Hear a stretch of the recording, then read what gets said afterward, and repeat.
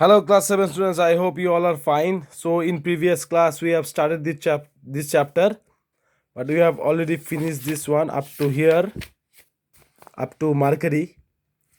So, I hope you have studied in your home. So, there will be no problem regarding these chapters now. So, laboratory thermometer, it is used, one more time I am going from here, okay. It is used in laboratory and has a temperature range of minus 10 degrees centigrade to 110 degrees centigrade. The bulb of a laboratory thermometer is filled with mercury or alcohol. The advantage of using alcohol over mercury is that alcohol is cheaper, less harmful, and can measure much lower temperature than mercury.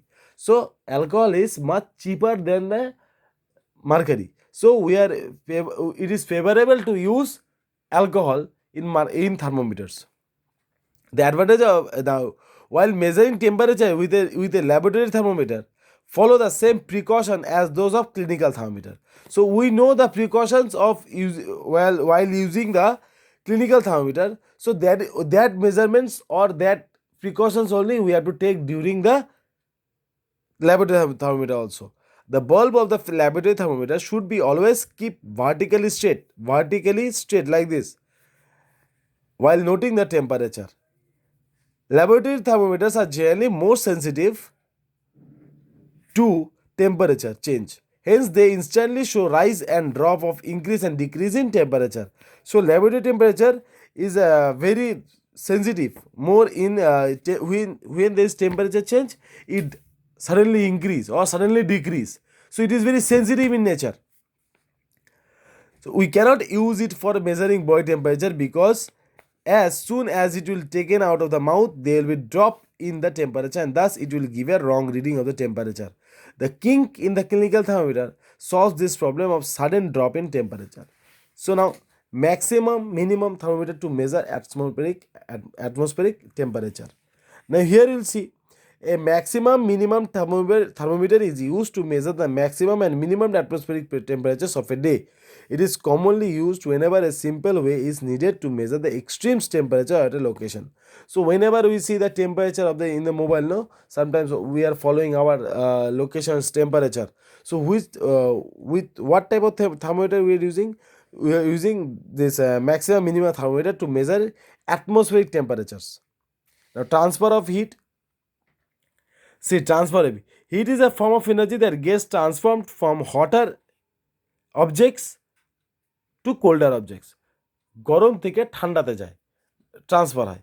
Heat is form of energy that gets transformed from hotter objects to colder objects.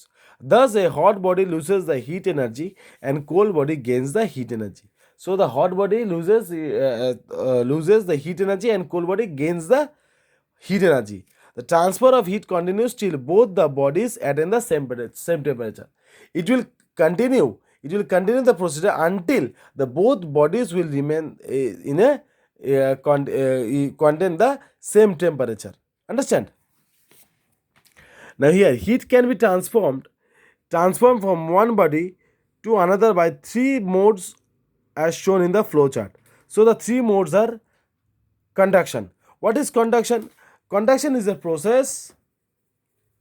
It is a process of transfer of heat from the hotter to the colder end of the body or between two bodies at different temperatures which are in contact with each other. So it can be transferred to the different temperatures which can be contact with each other. Now transfer of heat by conduction takes place mostly in solids but can also take place in liquids and gas. You will learn about it in the higher classes.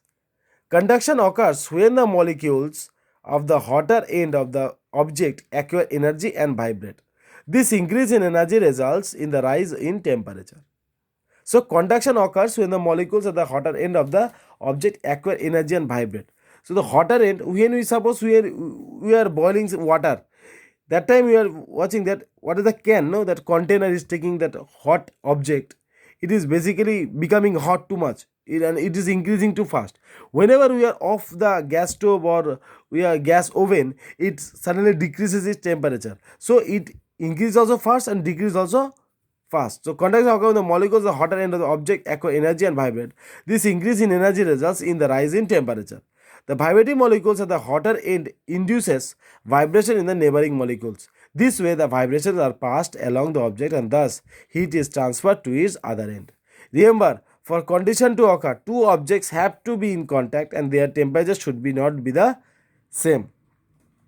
Substances like metals that allow heat energy to flow through them are good conductors of heat. So the conductors which are allowing the heat energy to flow between them, say they are good conductors of heat. Substances like wood, plastic, water, air that does not allow heat energy to flow through them are called bad conductors of heat. So the bad conductors of heat, the good conductors of heat are like iron, copper, aluminium. They are good conductors of heat. But the bad conductors like wood, plastic, water, air, they doesn't allow to heat to pass between them. So that's why they are known as bad conductors of heat.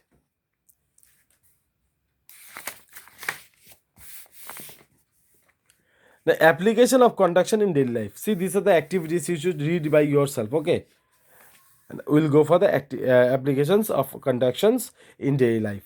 The use of conductors. Metals which are good conductors of heat are used to make cooking utensils like pans and pressure cooker, so that heat gets transferred to the food that has to be cooked. Mercury is used in thermometer because it expands on heating and rises up. So mercury, why are you using mercury? Mercury because it expands on heating and rises up. Uses of insulators and handles of cooking materials are made up of plastic, wood or bakelite because they are bad conductors of heat. Wool is used to make woolen clothes that are warm in winters because wool is an insulator and traps the body heat. So wool, we are wearing sweaters no in the winter time. So why wearing wool? Because wool doesn't allow to heat to pass through them. So when they are insulators, they are trapping the heat inside them, and that's why you are feeling hot. Convection in liquids and gases. The process of transfer of heat.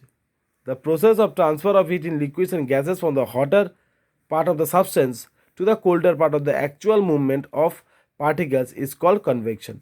So the process of transfer of heat in liquids and gases from the hotter part of the substances. So the process by which the transfer of heat in liquids and gases from the hotter part of the substance to a colder part by the actual movement of particles is called convection. For example, when you mix hot water, that just now before I told no, when you mix hot water and cold water, the mixed water becomes warm. The molecules of water are moved to the cold water and heated it up. A convection requires movement of molecules. Convection is not possible in solids because the molecules in solids are held by strong intermolecular force. What is the meaning of intermolecular force?